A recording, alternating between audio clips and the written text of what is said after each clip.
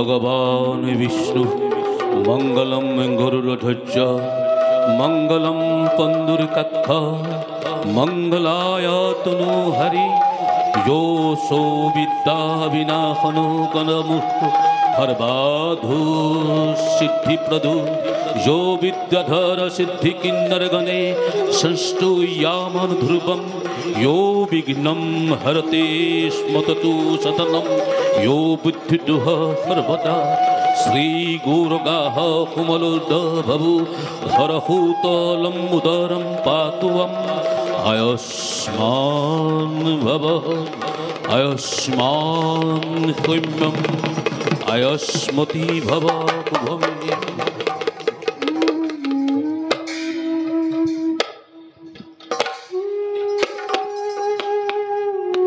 মথুরার বীর সুরামণি সকল তোমালোকৰ ঐক্ৰান্তিক প্ৰচেষ্টাতে ৰাজভগ্নী দৈব্যকীৰ বিবাহৰে সকলো কাৰ্য হল সম্পন্ন। মহাৰাজ যদি সন্তোষিত হয় তোমালোককে পুৰস্কাৰে কৰিব পুৰস্কৃত। পুৰস্কাৰ এতিয়া চোৱা বাকি থকা কাৰ্য কৰাগৈ সম্পাদন।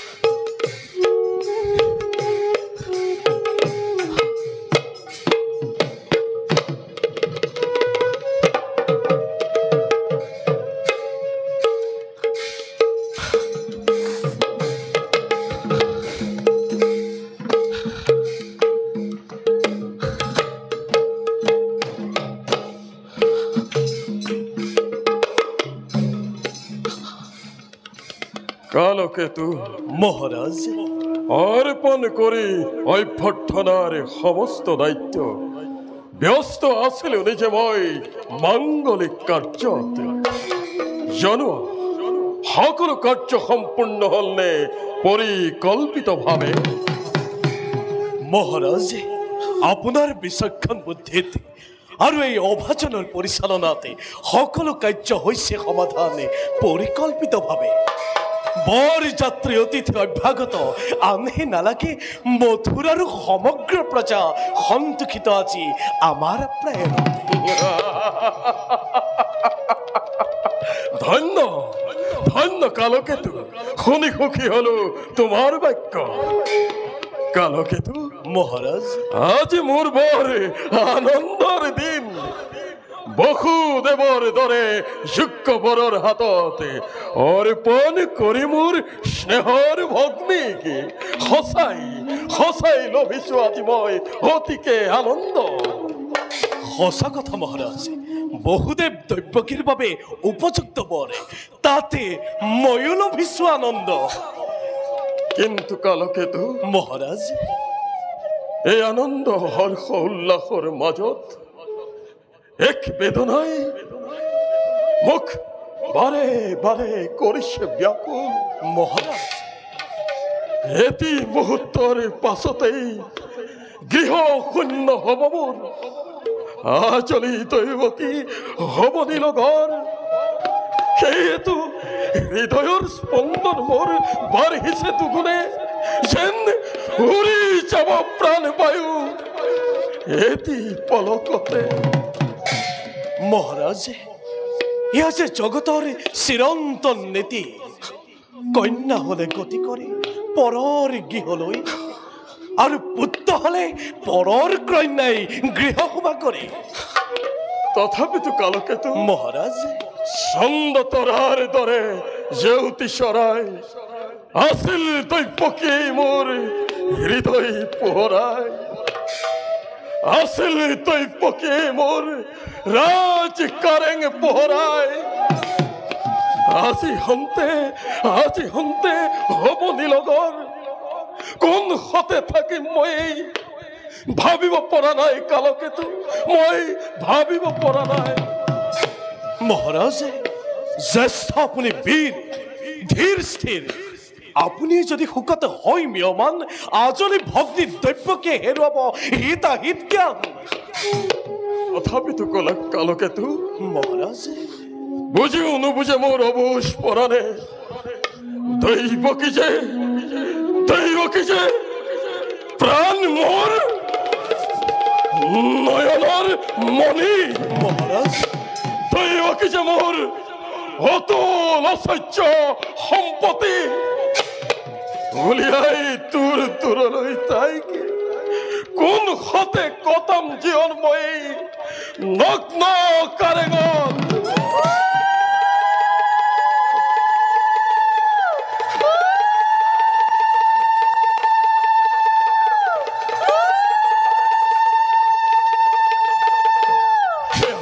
শুনা কালকেতু ভিতৰতে সঘনাই মংগলে কৰলি ধ্বনি শস্য উচ্চাৰণ সাপিল দৈবকীৰ বিদায়ৰ ক্ষণ আজি মই নিজেই ৰথৰ বাঘজনি ধৰি থৈ আহিম বসুদেৱ দৈবকীক যাদৱপুৰতে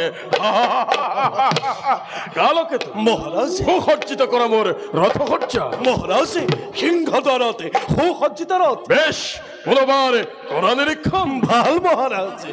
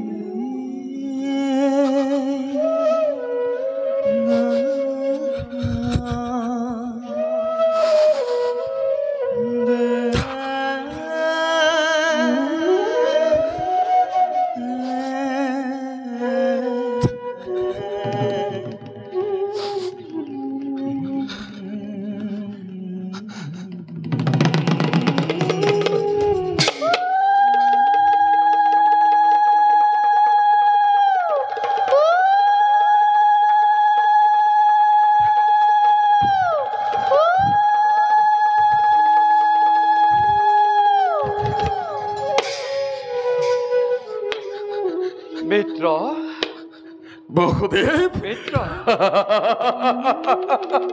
বসুদেৱ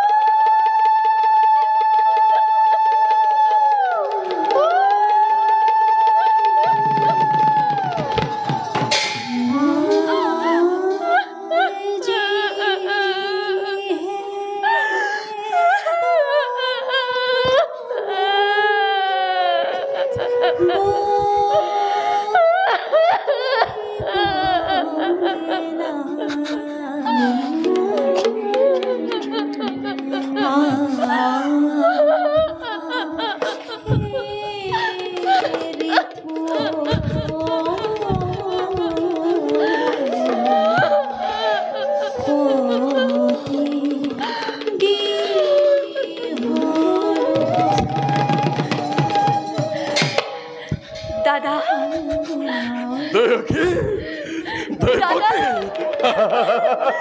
দাদা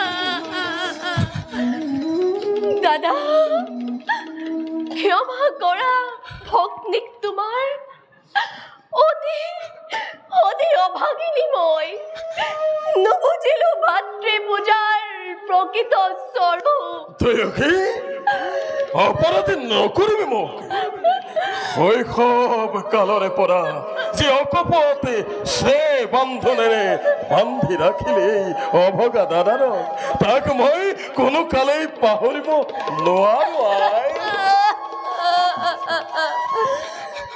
ময়ো দাদা চিৰ ঋণী তোমাৰ কাষত, নাপাহৰো জীৱনত তোমাৰ অকৃত্ৰিম স্নেহ। বসুদেৱ, আজি শুভ দিনৰ শুভ মুহূৰ্তত আজলি ভনীতিক মোৰ সমৰ্পিলো তোমাৰ হাতত। অতিকে আজলি তাই ভাল বেয়া নাজানে পোকে, সবাই ভূষণ জানে সৰ্বদোষ মৰিখন কৰি প্ৰফুল্ল চিত্ৰে ৰাখিবা সদায়। আদেশৰ নকৰো। আদেশ নহয় বসুদেৱ, ই কেৱল অনুৰোধ মিত্ৰৰ প্ৰতি। দৈৱকী দাদা পতি ব্ৰহ্মা, পতি বিষ্ণু, পতি ত্ৰিনয়ন, পতি তিৰুতাৰ জীৱনৰ ধন, দেৱতাৰ দৰে জ্ঞান কৰিবি সদায়, যাচিবি স্নেহ প্ৰীতি সম্ভাষণ, শ্ৰদ্ধা ভক্তি সকলোকে জনাবি বিশেষ। আৰু কৰ্তব্যৰ তাৰণাত পৰি মই যদি তোক কেতিয়াবা কৰিছিলো ৰহ ব্যৱহাৰ, এই বিদায় বেলাত সকলো পাহৰি যাবি।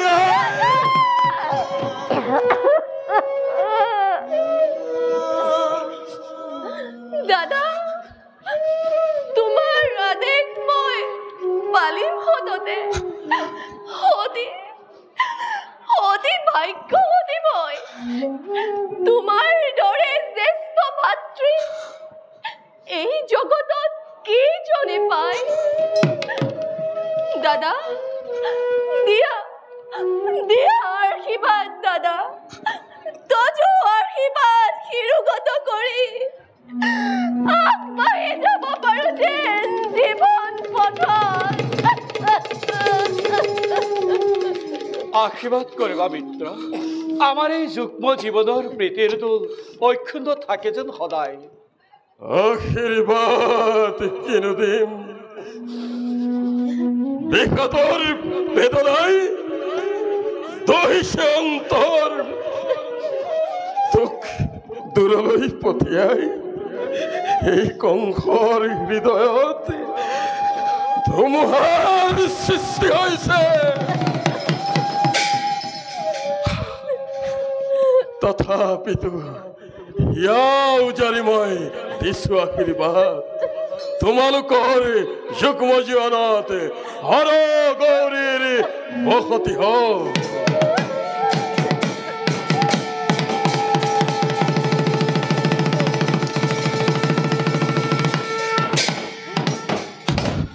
উঠা বসুদেৱ উঠাই, আজি মই নিজে ৰথৰ বাগজনি ধৰি থৈ আহিম তোমালোকক যাদৱপুৰত। পুৰণাৰীগণ পুনৰবাৰ মংগলে কৰিলে ধৰি বসুদেৱ দৈৱকীক জনোৱা শেষ বিদায় সম্ভাষণ।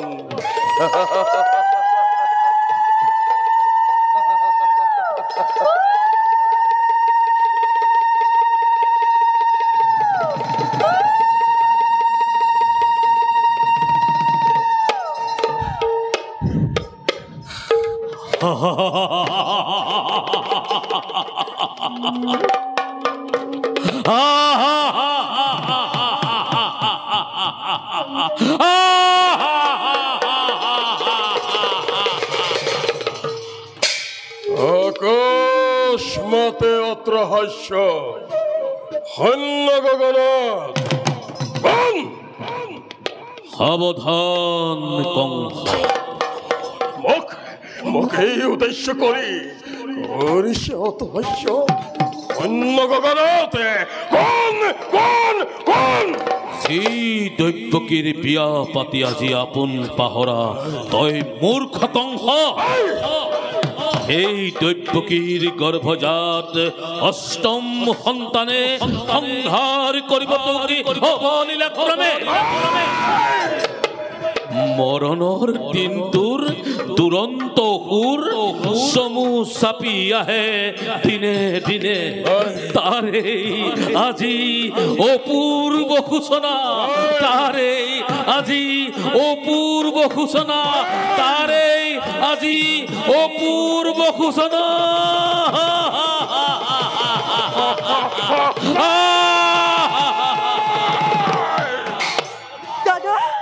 দাদা তোর হেনু গরিব জাতি অষ্টম সন্তানে সংহার করিব কংসকে অবলীলা ক্রমে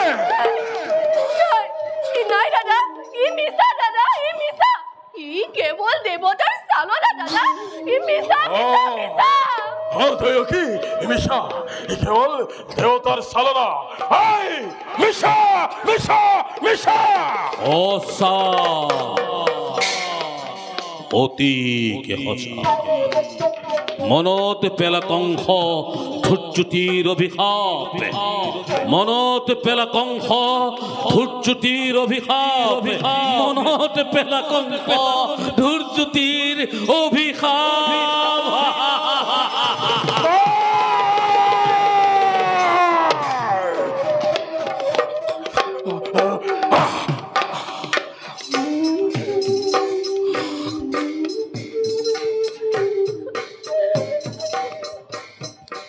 আশা অতিকে খসা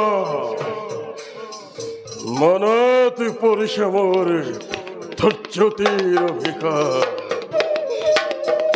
আনন্দতে আপোন পাহৰা হৈ মূৰ্খ কংসই পাহৰিছে নিজৰ ভৱিষ্যত সাবধান কৰি দিছে আকাশীবাণী মৰৈ দিছে কংসৰ কৰ্তব্য নিজৰ কালকেতু কালকেতু কালকেতু আসু আসু মহারাজে পালিমা দেখ তব কৃষ্ণ তরোয়াল বিজুলি বেগেরে আনন্দতে উন্মত্ত প্রজা পলাকুলারে মিত্র মিত্র মিত্র মোর কোনো নাই শত্র শত্র শত্রু সকলতে পথ করা যাকে যতে পোৱা বলিয়া দতাল হাতী তুৰন্তে ওলাই জোৰে জোৰে মেলি দিয়া মথুৰাৰ প্ৰজা সমুদ্ৰ আনন্দ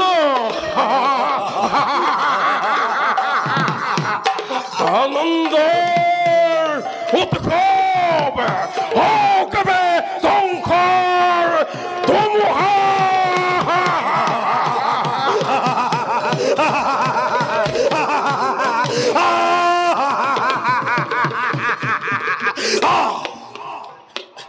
मिलिसे खबर न खुजो के दानवे आत्मा दीप्त करार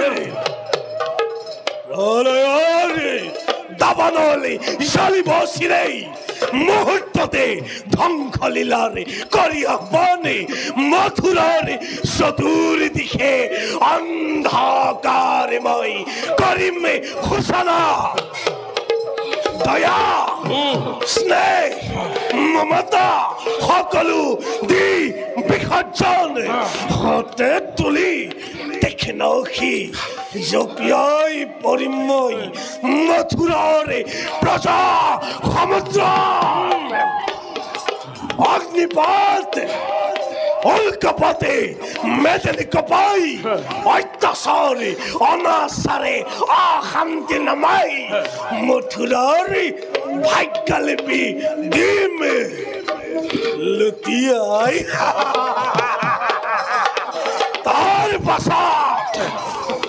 তাৰ পাছতে চাম ভালদৰে দৈৱকীৰ গৰ্ভজাতে অষ্টম সন্তানে কিনোদৰে মহাৰাজয় ঘটাই বিঘিনি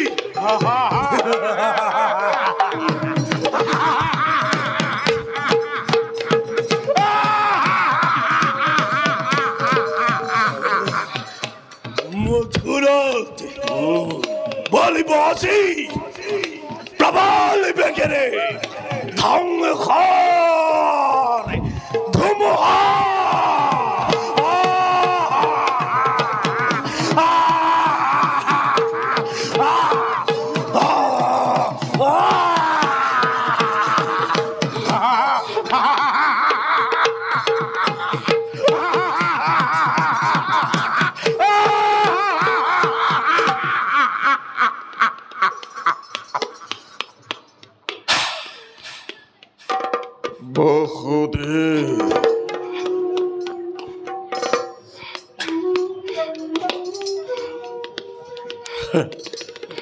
নতুন মিতি স্নেহৰ ভগ্নী মোৰ দৈৱকী ভৱিষ্যতে ভাগ্য লিপি মোৰ শুনিলা নহয় দুয়ো কাণ পাতি সেই মিলন বন্ধনেৰে বান্ধি দিলো আজি তব দুয়োটিকে এই অভিশপ্ত মিলনে স্পষ্টভাৱে কৰিছে ঘোষণা অচিৰতে কংসৰ মৰণ কি কৰিবা বসুদেৱ অমৃতত গৰল উঠি ইয়া ভৰা যে আনন্দময় কৰিলো প্ৰদান তাৰে পালোহেনে যোগ্য প্ৰতিদান অচিৰতে কংসৰ মৰণ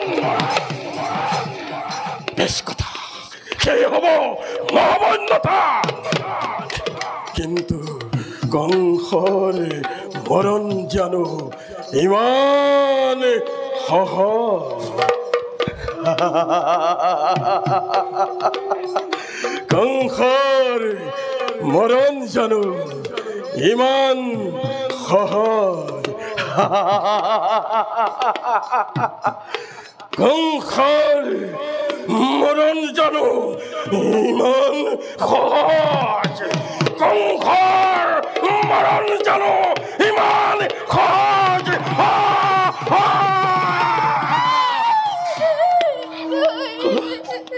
দৈৱকী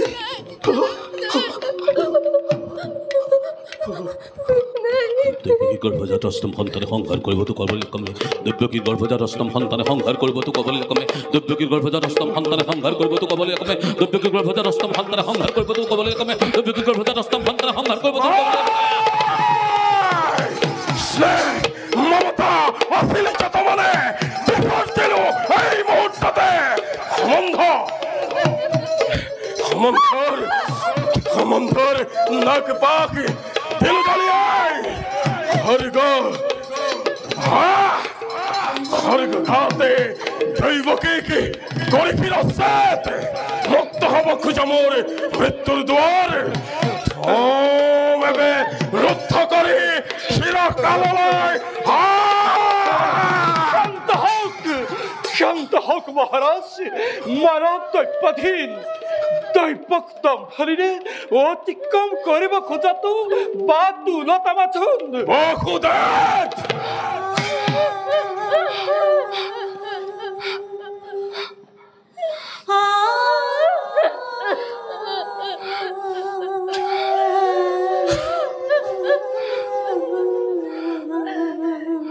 কোৱা দাদা কিবা হেতু অনৰ্থক মই ল'ব লাগে মৃত্যু দণ্ড আজি কিবা হেতু মথুৰাৰ নিৰীহ প্ৰজাই শাস্তি পাই বিনা অপৰাধে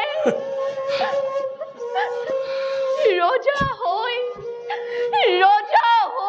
ৰাক্ষস মূৰ্তিৰে মানৱৰ নামত কিয় কলংক হাৰিছা দাদা কিয় নাই তোৰ কোনো অপৰাধী ৰহে মথুৰাৰ প্ৰজা যত মানে অপৰাধী মূৰ্খ কংসৰ কি কোৱা বসুদেৱ কৰে জানে কৰে কিবা অপৰাধ কবলৈ কিবা আছে মোৰ? আৰু কলেও জানো তুমি শুনিবা সঁচাই ৰজা তুমি সৰ্বশক্তিমান যেনে ইচ্ছা তেনেই বিধান সঁচা হওক মিছা হওক ন্যায় কিম্পন্তেই সবাৰে বিধান হৈ ইচ্ছাতে তোমাৰ আৰু ৰজা সেই কৰ্পতেই কৰ্পিত হৈ তোমাৰ শিৰা আজি হিমাদ্ৰীকো লংঘিছে আনকি হত্যা কৰি ভগ্নীক নিজৰ মৰণকো ৰুধিব খুজিছা হৰিহৰ নালাগে বসুধি তোমাৰ কথাই সঁচা ৰজা মই সৰ্বশক্তিমান যেনে ইচ্ছা মোৰ তেনেই বিধান প্ৰথমতে দৈৱকীকে কৰিম সংহাৰ তাৰ পাছত চাম ভালদৰে দৈৱকীৰ গৰ্ভজাত অষ্টম সন্তানে তিনিওতৰে কংসৰ সদায় প্ৰমাতে সাজু দৈৱকী তাই মৃত্যুৰ বাবে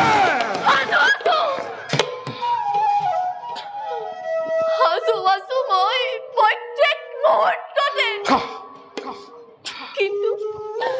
কিন্তু দাদা ধৰক জানিবা বীৰ তুমি মহাশক্তিমান তথাপিতো দেখা পাই আজি সন্মুখত হওঁ বিস্মৰণৰ শব্দ প্ৰহেলিকা জীৱা দৰে কপিছা বয়স তোমাৰ ভগ্নী দৈৱকী মৃত্যুৰ নামত বিচলিত নহয় তেনোৱা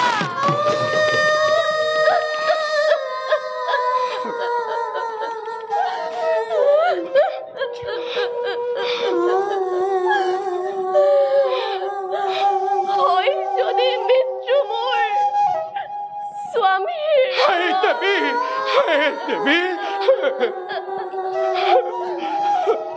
তুমি হেন মহাবীৰ জ্যেষ্ঠৰ হাতত তেনে মৃত্যু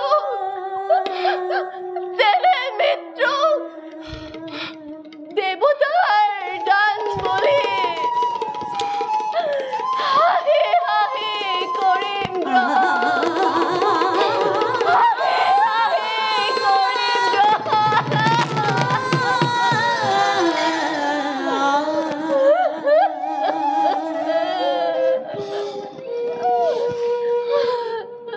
সঁচা কথা ৰাজন এনে কাৰ্য অতি অশুভ নাৰী হত্যা নিজ ভগ্নীৰ হত্যাৰে কলংকৰ কালিমাহানি ক্ষেত্ৰীয় ৰসিক শ্ৰী ৰাজন বিনা প্ৰয়োজনে তুমি ৰঞ্জিত কৰিবা হে ৰাজন কৰা যদি এনে ঘৃণিত কাম ইচ্ছাতে তোমাৰ জগতত যুগে যুগে বীৰৰ সমাজে হতমুখী গঞ্জনা কৰিব তোমাৰ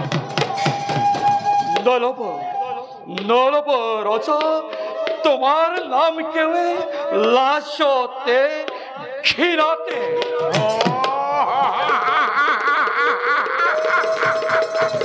আৰু তাৰে ভয়ত এই মূৰ্খ কংসই হাত বহি গাখীৰ খুৱাই জগততে বীৰ বুলি দিব পৰিচয়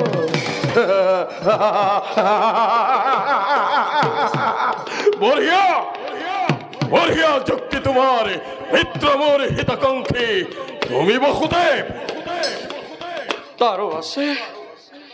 তাৰো আছে এক সহজ উপায় সেই দৈৱকীও জীয়াই থাকিব আৰু ৰজা তোমাৰো একো নহব অনিষ্ট অৰ্থাৎ কাতৰেৰে মই কৰিছো প্ৰাৰ্থনা দিয়া মোক দৈৱকীৰ প্ৰাণ ভিক্ষাদান অসম্ভৱ দৈৱকীৰ জীয়নে কংসৰ মৰণ কংসৰ জীবনে দৈবকীর মরণ।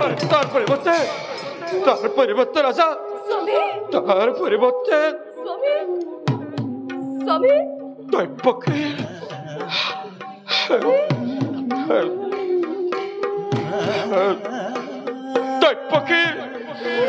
দৈবকীর গর্ভজাত প্রতিত সন্তান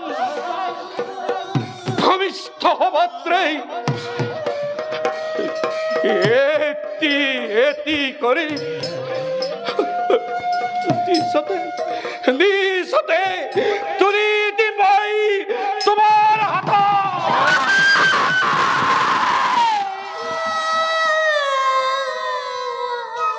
আৰু হত্যা কৰি সেই নিষ্পাপ শিশুক নিষ্কণ্টক হবা তুমি ৰজা চিৰকাললৈ।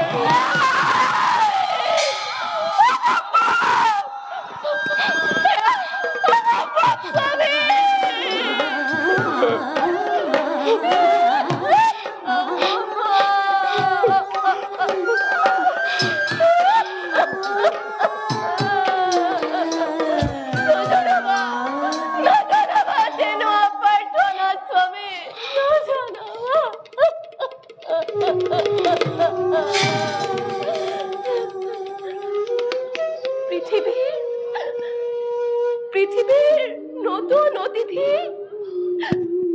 সৰগৰ দেৱ শিশু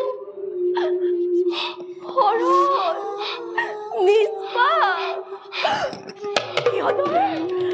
সিহঁতৰ প্ৰাণ বিনিময়ত জীৱন বিক্ষামৰ নাই প্ৰয়োজন স্বামী, নাই প্ৰয়োজন, নাই প্ৰয়োজন স্বামী, নাই প্ৰয়োজন।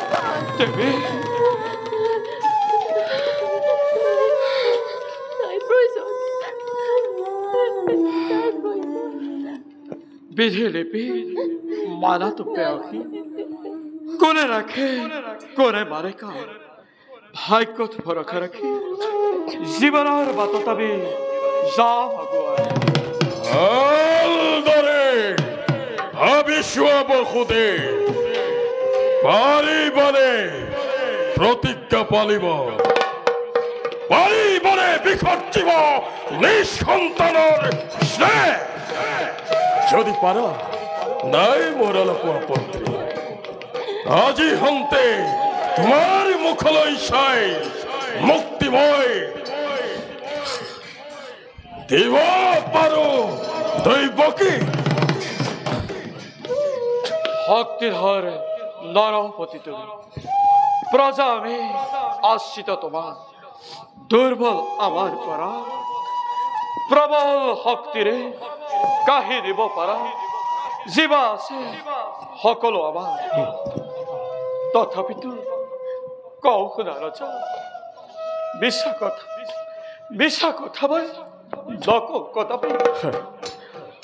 সাক্ষী কৰি চন্দ্ৰ সূৰ্য দেৱ দেৱীগণ সাক্ষী কৰি মথুৰাৰ যত প্ৰজাগণ সাক্ষী কৰি তব সুগল চহৰ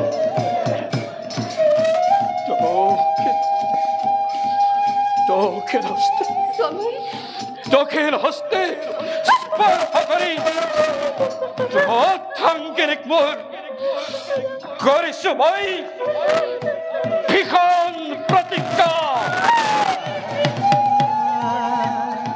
তব সবিপদ এই মুহূৰ্তত এই বহুদেৱে যি বাক্য কৰিলো চৰণ তাক মই প্ৰণাম দেও কৰিম পালন।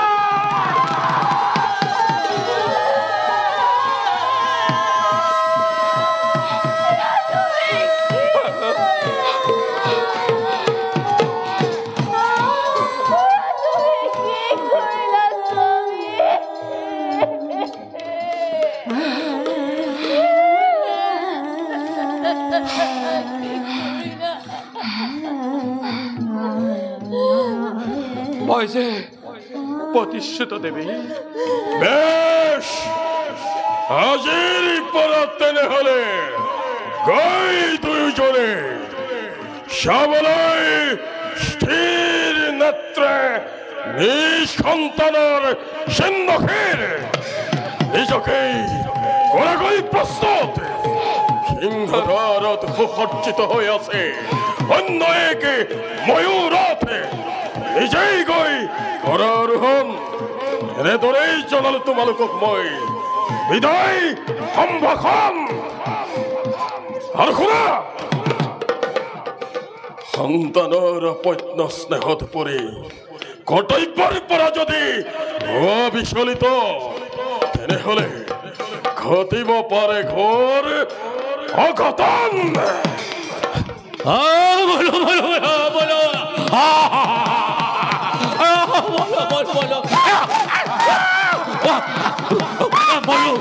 বলো বলো